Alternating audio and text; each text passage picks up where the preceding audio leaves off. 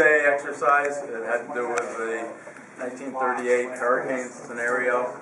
We started yesterday, and there was a hurricane arriving within a couple of days. So we get all our information together. We gather the people together here. It's called Unified Command. We have the fire, police, the public works, highway, CERT team, health department, several member town government that all meet here. We actually meet once a month for a meeting that prepares us for doing exercises and the real thing. A year ago we had the real thing. Each time we do this we learn a few more things to update books and our documents and manuals so we can prepare for the town for whatever emergency occurs. This one, yesterday, the first half of the storm was arriving, and today was the storm arrived, and we followed through with the problems during the storm. Power outage almost the whole town, lasts for weeks. Trees throughout the town are down on streets everywhere. So the people in town need to be self-sufficient, last for days. You always hear 72 hours to be prepared, but it's really a lot more than that.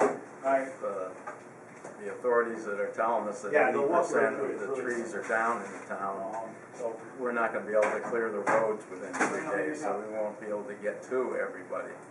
We have what we call strike teams out there. There's 5 of them. They're distributed throughout the town.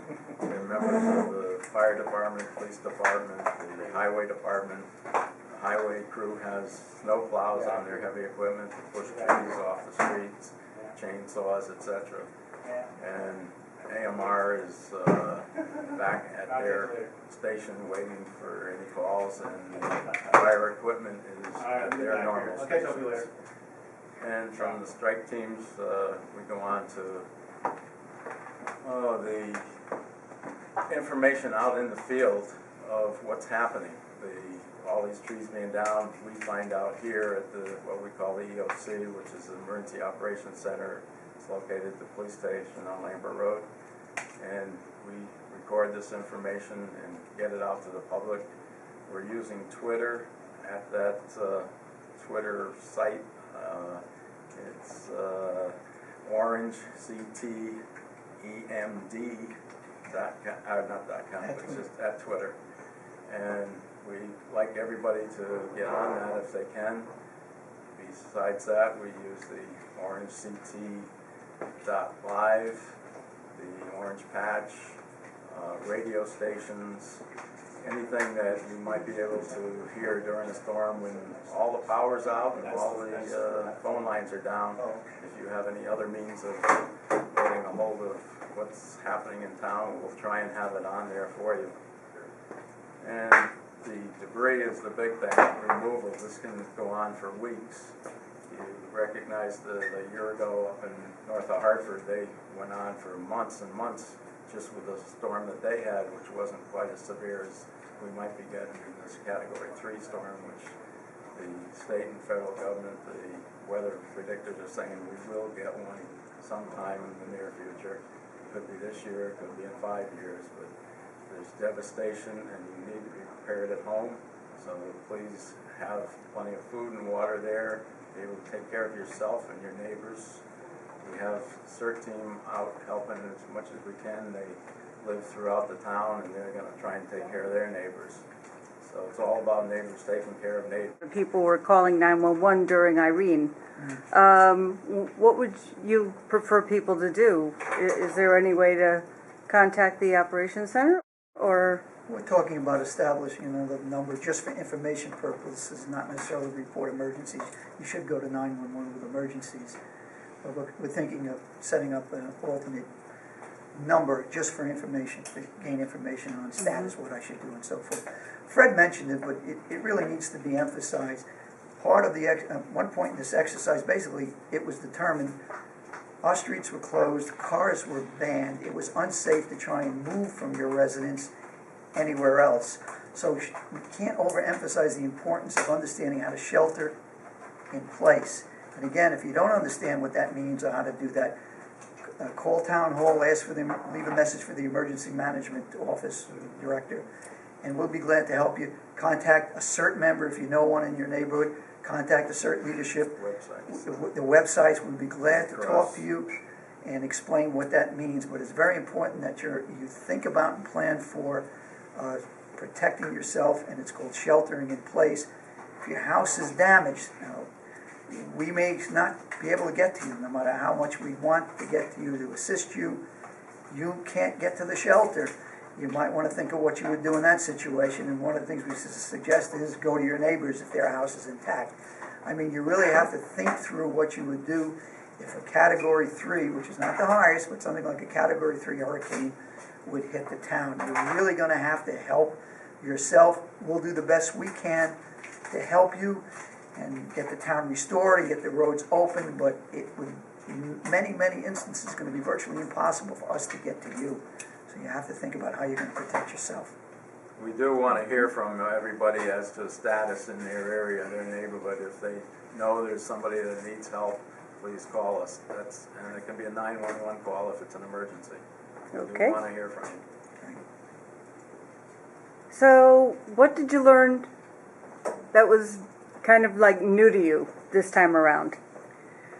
We've been through this last year twice, and we've been preparing for it for a long time, so it's more refining things that we do. The paperwork that the state needs, we need to refine just to get that information to them. And when you're doing it as an exercise, you only have a couple hours to do something that lasts days, so it gets real hectic doing it as an exercise. But, everybody, main thing is everybody needs to have food and water in their home and be self-sufficient.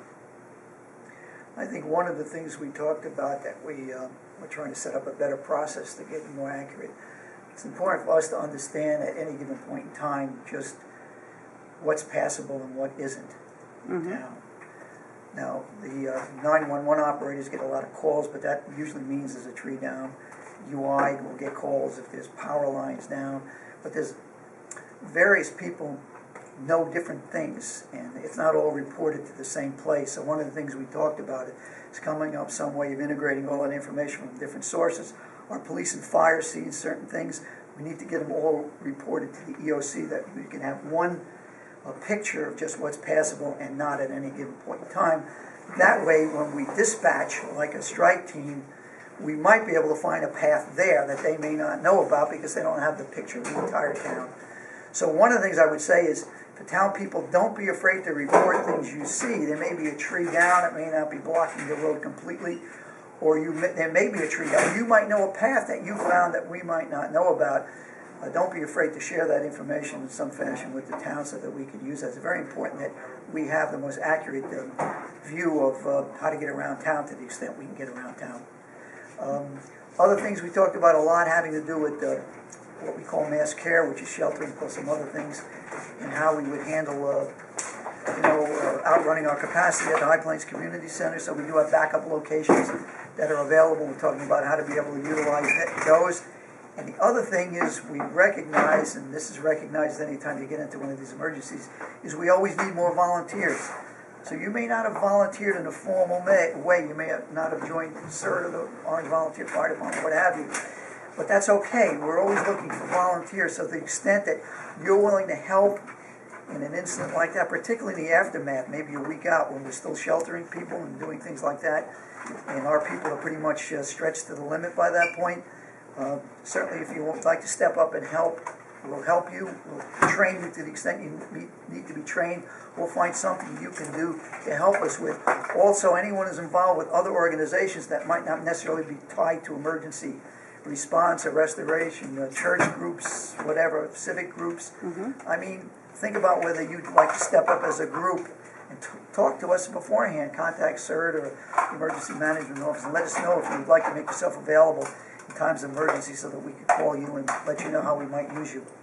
Okay. Now, a lot of people will send me like Facebook messages and say, we've got a tree down over here, we've got this and that. Now, if I'm getting this information and I don't know if you are or not, how can I get the information to you? Best way is to forward it to our email address. We'll be watching our email the Twitter account is what we'd really like people to be on, to know what's going on in town, that we will refer that information to you, so everybody knows that roads are blocked. There could be many roads blocked. You may not be able to move from your neighborhood or your house at all. Okay. Very good. Thank you. So before this happens, everybody will know what to do. Very good, thank you. Okie dokie. Bye.